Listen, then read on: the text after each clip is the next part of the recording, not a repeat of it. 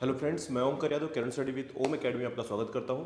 Friend, आज हम start करने जा रहे हैं करंट अफेयर को। ठीक है, तो कंटिन्यू करेंगे। आज का जो दिनांक है हमारा 24 दिसंबर 2022। ठीक है, 24 दिसंबर 2022 के क्रम पर हम स्टार्ट करेंगे और साथ ही साथ आज हम देखेंगे छत्तीसगढ़, भारत और अंतर्राष्ट्रीय स्तर पर होने वाले घटनाक्रमों को कि 24 दिसंबर के संदर्भ पर, ठीक है, 23 दिसंबर को कौन कौन से घटनाक्रम हमारे सामने आते हैं। ठीक है, चलिए स्टार्ट करते हैं कल के क्वेश्चन से। तो देखिएगा, सबसे पहले कल का क्वेश्चन है आपका, किस केंद्रीय मंत्रालय ने सीएससी और इंडिया पोस्ट के माध्यम से सरकारी ई मार्केट प्लेस सेवाओं की शुरुआत की है। ठीक है, तो याद रखिएगा, केंद्रीय मंत्रालय यानी कि भारत सरकार के अंतर्गत केंद्रीय मंत्रालय जो कि है आपका वाणिज्य एवं उद्योग मंत्री। ठीक है, तो देखिएगा, वाणिज्य एवं उद्योग मंत्रालय के अंतर्गत इस सीएससी और इंडिया पोस्ट के माध्यम से सरकारी ई मार्केट प्लेस सेवाओं की शुरुआत की गई है। और यहां पर दो तीन बातें याद रखने वाली बातें हैं कि वाणिज्यिक और उद्योग मंत्री पीयूष गोयल ने कॉमन सर्विस सेंटर्स, ठीक है, कॉमन सर्विस सेंटर और डाकघर के माध्यम से, इंडिया पोस्ट डाक विभाग के माध्यम से सरकारी ई मार्केट प्लेस सेवाएं की शुरुआत की है। ठीक है, और साथ ही साथ याद रखिएगा कि government e market place seller संवाद बुकलेट को भी लॉन्च किया गया है। ठीक है, तो यहां पर याद रखिएगा कि केंद्रीय मंत्रालय, ठीक है, कौन सा, वाणिज्यिक और उद्योग मंत्रालय के द्वारा यह सेवा की शुरुआत की गई है। चलिए स्टार्ट करते हैं छत्तीसगढ़ के क्रम से। तो देखिएगा, ऑपरेशन मुस्कान का संबंध किस विभाग से है। ठीक है, याद रखिएगा, छत्तीसगढ़ के संबंध पर हम बात कर रहे हैं, तो मुख्यतः छत्तीसगढ़ से जुड़ा हुआ तथ्य हम यहां पर देखेंगे। सबसे पहले देखिएगा, ऑपरेशन मुस्कान का संबंध किस विभाग से है। चार ऑप्शन है हमारे पास: स्वास्थ्य विभाग, पुलिस विभाग, महिला एवं बाल विकास विभाग और जल संसाधन विभाग। ठीक है, तो यहां पर देखिएगा, यहां पर राज्य में, पहले तो हम आंसर पर बात कर ले, तो चार हमारे पास ये जो चार ऑप्शन है, इसमें राइट आंसर है आपका पुलिस विभाग। ठीक है, तो पुलिस विभाग के द्वारा किया गया यह योजना या ऑपरेशन नाम है मुस्कान।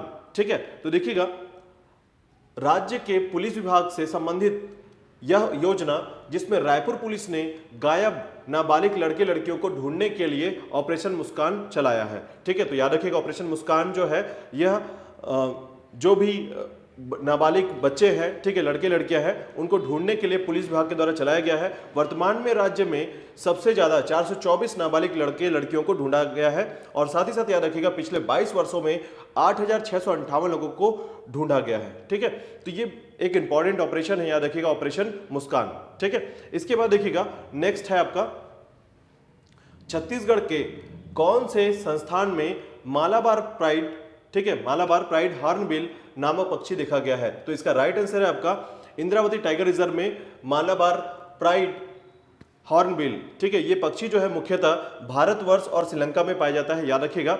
ठीक है, ये पक्षी केवल भारतवर्ष और श्रीलंका में पाया जाता है, जो कि छत्तीसगढ़ के इंद्रावती टाइगर रिजर्व में देखा गया है। ठीक है, चलिए नेक्स्ट देखिएगा, राज्य का कौन सा जिला सामाजिक प्रगति सूचकांक की रिपोर्ट के अनुसार रहने के लिहाज में सबसे बेहतर साबित हुआ है। ठीक है, तो यहां पर याद रखिएगा, जो राज्य के क्रम पर कौन सा ऐसा जिला है जो सामाजिक प्रगति के अनुसार रहने योग्य, ठीक है, रहने योग्य या फिर सामाजिक प्रगति सूचकांक में रिपोर्ट के अनुसार रहने योग्य या रहने के लिहाज से सबसे बेहतर साबित हुआ है। तो यहां पर जो आंसर है आपका वो है दुर्ग। याद रखिएगा, दुर्ग जो है, दुर्ग जिला, यह यहां पर जो प्रगति सूचकांक है, सामाजिक प्रगति सूचकांक है, इसमें 3 से 4 जिलों की स्पेशली आपको सूचकांक रिपोर्ट दिखेगी। ठीक है, तो उसमें देखिएगा, सबसे इंपॉर्टेंट है आपका कि दुर्ग जो है, ठीक है, दुर्ग जो है इस प्रगति सूचकांक के अंतर्गत सबसे बेहतर माना गया जिला है। इसके अंतर्गत देखिएगा, इसके अंतर्गत आपके 4 से 5 जिले मैं आपको बता दूं, तो सबसे पहले दुर्ग का जो प्रतिशत आया है वो है 63.6%। रायपुर में रहने योग्य यानी प्रगति सामाजिक सूचकांक के अंतर्गत ये 68% है, 68.8% है। राजनांदगांव का क्रमांक है 58.2% और बिलासपुर का क्रमांक है आपका 56.6%। ठीक है, तो कुल सूचकांक आप रिपोर्ट यहां पर याद रखिएगा थोड़ा सा कि दुर्ग बेस्ट है, और दुर्ग के बाद आता है आपका नंबर रायपुर का, रायपुर के बाद राजनांदगांव और उसके बाद आपका बिलासपुर का। ठीक है, चलिए नेक्स्ट देखिएगा, आज हम बात करते हैं थोड़ा सा छत्तीसगढ़ के शासन के विभिन्न भवनों के नाम। देखिए इंपॉर्टेंट बिल्कुल है ये ताकि आपको अपने प्रशासन के अंतर्गत आने वाले जो करंट अफेयर है उसके अंतर्गत थोड़ा सा यहाँ पर नाम जो है ये जानकारी में होना चाहिए। ठीक है, तो सबसे पहले देखिएगा हम बात करते हैं शासन के जो प्रशासन के भवन है उनके क्रम में महानदी भवन। ठीक है, तो देखिएगा महानदी भवन जो है इसके अंतर्गत जो महानदी भवन है तो महानदी भवन का जो क्रमांक है आपका, ठीक है, उसके बारे में देखेंगे। सबसे पहले देखिएगा महानदी भवन जो है इसे कहा जाता है मंत्रालय या सचिवालय भवन का नाम है रायपुर के अंतर्गत। ठीक है, तो महानदी भवन जो है ये मंत्रालय और सचिवालय कहलाता है, याद रखिएगा। यानी हमारे यहाँ का जो छत्तीसगढ़ का मंत्रालय है और सचिवालय है इसे महानदी भवन के नाम से जाना जाता है। इसके बाद देखिएगा इंद्रावती भवन संचालक भवन का नाम है, याद रखिएगा। संचालक भवन क्या होता है? जहां से नीति का संचालन होता है, याद रखिएगा, नीति का संचालन होता है यहां से। ठीक है, और महानदी भवन सचिवालय की बात कर रहे हैं तो यहां से नीति को बनाया जाता है, याद रखिएगा, नीति का निर्माण किया जाता है सचिवालय से और संचालक भवन से क्या किया जाता है? उसका संचालित किया जाता है। ठीक है, अब उसके बाद देखिएगा विधानसभा भवन। विधानसभा भवन का नाम है मिनी माता, ठीक है, जो कि छत्तीसगढ़ से पहली सांसद रही हैं, महिला सांसद रही हैं माफ कीजिएगा। तो देखिएगा विधानसभा भवन का नाम है मिनी माता भवन। ठीक है, इसके बाद है करुणा, मुख्यमंत्री के निवास को हम कहते हैं यहाँ पर करुणा, यानी रायपुर में स्थित जो मुख्यमंत्री निवास है उसका नाम है करुणा। ठीक है, इसके बाद देखिएगा विधायकों का विश्राम गृह कहलाता है संगवारी। ठीक है, विधायकों का विश्राम गृह क्या कहलाता है? संगवारी, याद रखिएगा, विधायकों का विश्राम गृह संगवारी कहलाता है। ठीक है, चलिए नेक्स्ट देखिएगा। इसके बाद आता है आपका राज्य शासन के द्वारा, राज्य शासन के द्वारा विश्राम गृह जो नाम है, ठीक है, राज्य शासन के द्वारा जो विश्राम गृह है, ठीक है, देखिए विश्राम गृह का सीधा सा मतलब है राज्य शासन के द्वारा जो है इसे कहा जाता है हमारे छत्तीसगढ़ में पहुना। ठीक है, छत्तीसगढ़ राज्य के जो प्रशासकीय भवन है, राज्य विश्राम गृह जो है इसे पहुना कहा जाता है। राज्य चिकित्सालय रायपुर जो है, राज्य चिकित्सालय रायपुर जो कहलाता है आपका संजीवनी, याद रखिएगा, संजीवनी। छत्तीसगढ़ संस्कृति कला पुरातत्व का संरक्षण संवर्धन किया जाता है, उपरवारा क्षेत्र में स्थित है पुरखौती मुक्तांगन। ठीक है, याद रखिएगा पुरखौती मुक्तांगन कहलाता है। छत्तीसगढ़ संस्कृति कला पुरातत्व का संरक्षण संवर्धन जो है ये रायपुर के उपरवारा में स्थित है। ठीक है, पुरखौती मुक्तांगन। विधानसभा के अध्यक्ष का निवास, ठीक है, विधानसभा अध्यक्ष का निवास याद रखिएगा कहलाता है संवेदना। ठीक है, संवेदना विधानसभा से जुड़ा हुआ है, इस तरीके से याद रखिएगा। और इसके बाद याद रखिए खनिज भवन का नाम है आपका सोना खान। ठीक है, खनिज भवन का नाम है सोना खान। चलिए नेक्स्ट देखिएगा, नेक्स्ट है जिला पंचायत रायपुर। तो याद रखिएगा जिला पंचायत जो रायपुर है इसका नाम है आपका मितानिन। ठीक है, याद रखिएगा मितानिन जिला पंचायत रायपुर का नाम है। इसके बाद देखिएगा PHE मुख्य अभियंता कार्यालय। ठीक है, PHE मुख्य अभियंता कार्यालय और ये है आपका रामगिरी कहलाता है, याद रखिएगा PHE मुख्य अभियंता कार्यालय। ठीक है, इसके बाद देखिएगा निगम प्रवेश द्वार रायपुर, निगम प्रवेश द्वार ये कहलाता है रेणुका।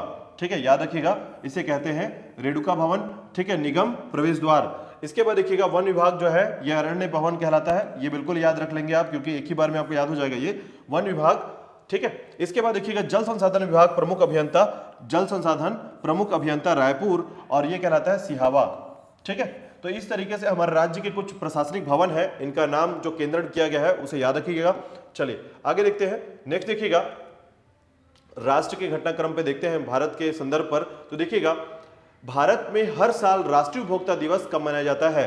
तो जैसे कि आपको पता होगा कि आज का दिन जो है ये बहुत इंपॉर्टेंट है राष्ट्रीय उपभोक्ता दिवस के तौर पर। ठीक है, तो यह 24 दिसंबर को मनाया जाता है, याद रखिएगा आज के दिन जो है ये मनाया जाता है। ठीक है, 24 दिसंबर को कंज्यूमर डे के राष्ट्रीय उपभोक्ता दिवस जो है ये मनाया जाता है। ठीक है, चलिए नेक्स्ट देखिएगा इसके विस्तार पर।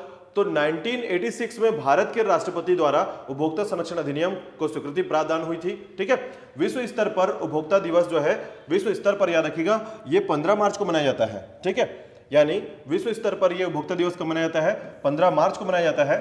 ठीक है, और याद रखिएगा इसका मुख्य उद्देश्य है उपभोक्ता के अधिकारों का संरक्षण करना और उसे लेकर उन्हें जिम्मेदार बनाना। ठीक है, तो उपभोक्ता के अधिकारों का संरक्षण करना और उसको लेकर उन्हें जिम्मेदार बनाना, यानी उपभोक्ताओं को जिम्मेदार बनाना। ठीक है, उपभोक्ता दिवस याद रखिएगा 24 दिसंबर। चलिए नेक्स्ट देखिएगा।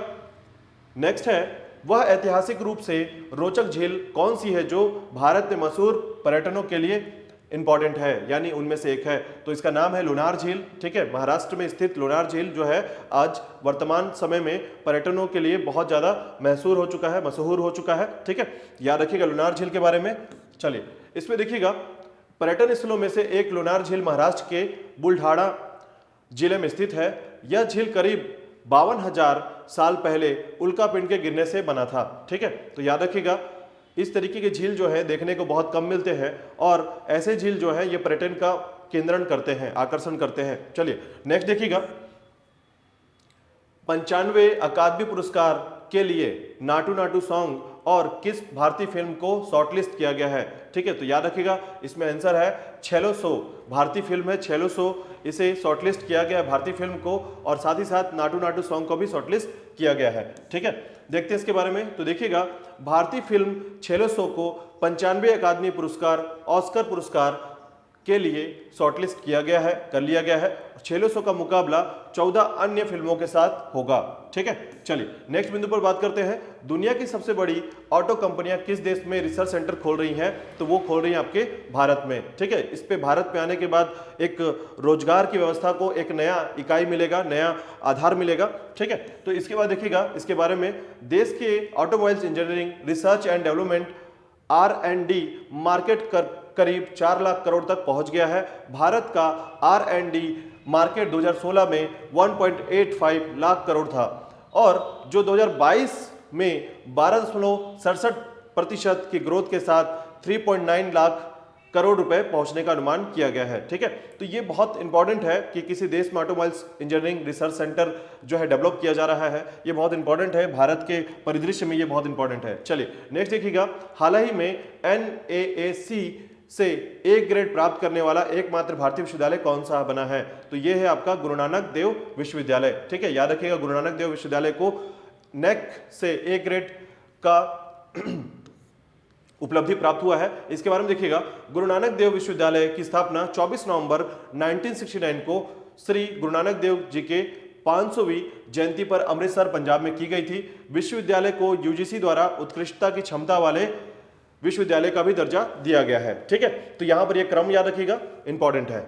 चलिए नेक्स्ट देखिएगा, साहित्य अकादमी पुरस्कार 2022 के लिए किन साहित्यकारों या कितने साहित्यकारों को चुना गया है? तो याद रखिएगा 23 साहित्यकार चुने गए हैं। कल इसके संदर्भ पर मैं आपको एक वीडियो बनाकर दूंगा जिसमें 23 साहित्यकारों के संबंध में कौन कौन से भाषाओं से उन्हें साहित्य का पुरस्कार मिला है, इस पर भी बात करेंगे। चलिए नेक्स्ट देखिएगा इस पे, तो उसके कुछ विस्तार में बात करते हैं। तो साहित्य अकादमी पुरस्कार 2022 हेतु हिंदी के लिए बद्री नारायण, अंग्रेजी के लिए अनुराधा राय, राजस्थानी के लिए कमल गंगा और पंजाबी के लिए सुखजीत, गुजराती के लिए गुलाम मोहम्मद शेख और मराठी के लिए प्रवीण बांदेकर और मैथिली के लिए अजीत आजाद जैसे साहित्यकारों को चयनित किया गया है। तो यहां पर थोड़ा सा याद करने की कोशिश कीजिएगा कि जो हिंदी के लिए है वो है बद्री नारायण।